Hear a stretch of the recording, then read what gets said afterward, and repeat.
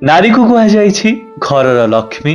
कुहाଯାଏ नारी शिक्षित हेले परिवार शिक्षित हुए।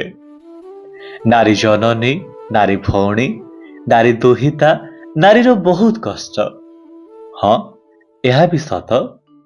କିନ୍ତୁ ପରଦା ପଛରେ ଯେମିତି କୌଣସି ସଙ୍ଗୀତ କିମ୍ବା ଚଳଚ୍ଚିତ୍ରରେ ନିର୍ଦ୍ଦେଶକ, ପ୍ରଯୋଜକ, ଲେଖକର ନାମ ଗୋପନ ରହିଯାଏ, ଠିକ୍ ସେମିତି ଘରର ପୁରୁଷଟେ ସମସ୍ତଙ୍କ ଅଭିନୟକୁ ଠିକ୍ କରୁ କରୁ ସେ ନିଜେ ହିଁ ପରଦା ପଛରେ ରହିଯାଏ।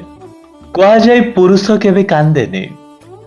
ମୁଁ କହେ ସବୁବେଳେ ଆଖି ଦେଇ ଲୁହ ଝରୁଥିବା ପାଣିର ନାମ କେବଳ ଲୁହ ନୁହେଁ।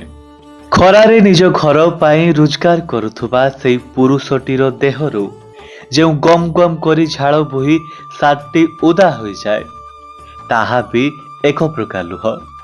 ଜୀବନ ସାରା ନିଜ ପିଲାଙ୍କ ପାଇଁ ଅନବରତ ପରିଶ୍ରମ କରି ଯେବେ ବୃଦ୍ଧ ସମୟରେ ବାପା ସାହାରା ଖୋଜିଛି, ସେବେ ପିଲାମାନଙ୍କର ବ୍ୟସ୍ତତା ଭିତରେ ବାପାଙ୍କ ସେବା ନ କରିପାରି ଅନାଥ ଆଶ୍ରମର ପ୍ରସ୍ତାବଟି ଶୁଣି ସେ ପୁରୁଷଟିକୁ ବହୁତ କଷ୍ଟ ହେଇଛି।